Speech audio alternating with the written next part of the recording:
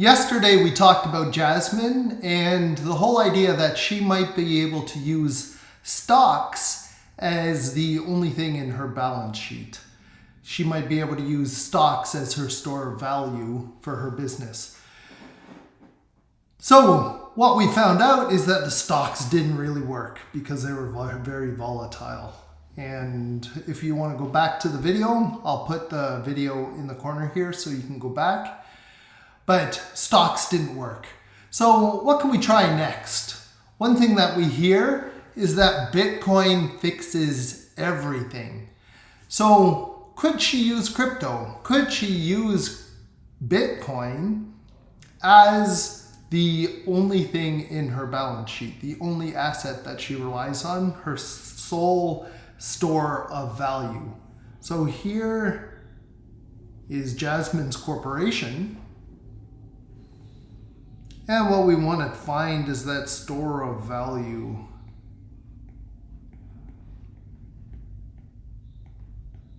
When all the money comes in for her business, some of it is going to go to expenses. But where is that container? Where is that area that will store the money so that it can go up and pay those expenses? Cash is what we would usually use in a business, but we saw how that didn't work in the first video. We saw how stocks didn't work in the second video. We also saw how private equity would not work. So what about Bitcoin? Would that work for us? So we're going to look at it in a similar way as we did before. So what we've seen with Bitcoin is amazing. We've seen it start at a very low value and reach a very high value. And many people, at least in the Bitcoin industry, believe that that is just going to keep on going. And we're going to see $1 million Bitcoin, right? So, seems pretty good when we look at inflation. And we see inflation going up at, say, 5+%. And Bitcoin potentially going up at 200% over time. We would think, wow, that 200 is so much higher than the 5. How can I go wrong? That gives us 195%. So I'm using approximate figures here. I'm not using exact figures. And of course, it all depends on the time frame that we're looking at. So we're looking at a 195% surplus. Looks great on the face of it, but when we look into it a little further, we see that same issue that we had with the stocks, but potentially even exacerbated from where we saw the stocks. Bitcoin has huge swings up and down. It is very, very volatile.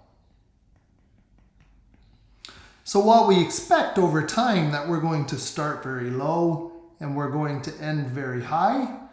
The problem is we're going to see a lot more lows along the way. And who knows, maybe we're buying here. Maybe we're buying here. In terms of storing our value, when we have fixed costs that are probably increasing at the rate of inflation,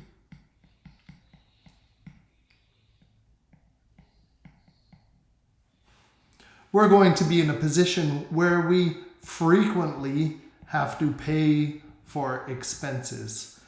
And we're in a position too where we have variable income.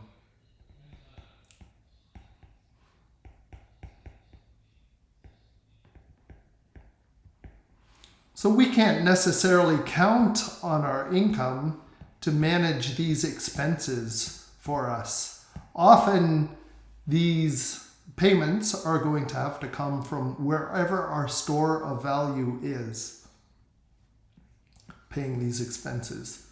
So if we look at Bitcoin, potentially we bought it here, and potentially this expense is going to come here, and potentially we didn't get any income in that month or quarter or whatever it is.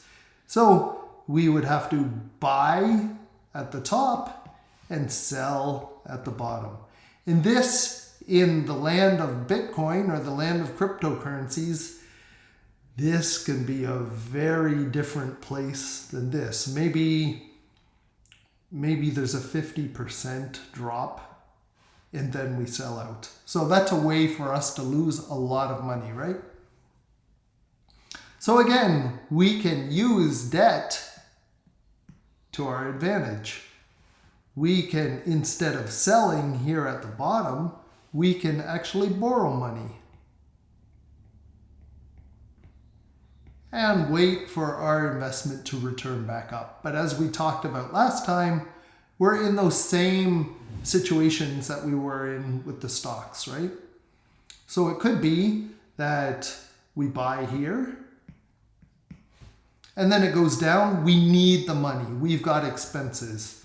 So we take on some debt because we don't want to sell at a loss. And our expectation is that we go here, and of course we go here, and we have to take on more debt. And then we go here, and there we have to sell. So maybe at this point, maybe we're 75% less. So for every $1,000 we had here, now we've got $250.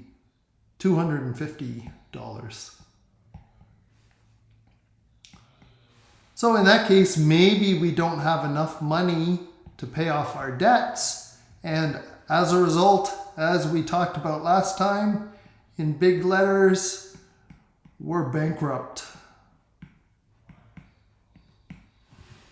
So again, that is the worry. So everything is a little bit more nuanced than this, and we're going to talk more in the future about more nuanced solutions to fairly complex problems. But for now, we can see that Bitcoin does not fix this. Bitcoin does not fix this. In some cases, there is a possibility that Bitcoin would work. In this case, maybe we're in a situation where it goes up and up and up and up. So these expenses are covered very easily. But it's not something that we can count or bet our business on. It's not something we can really count on. So in this case, Bitcoin is not necessarily the answer. And we'll look in the future at some more nuanced solutions, as we talked about, where we actually can find some answers. We'll talk to you tomorrow.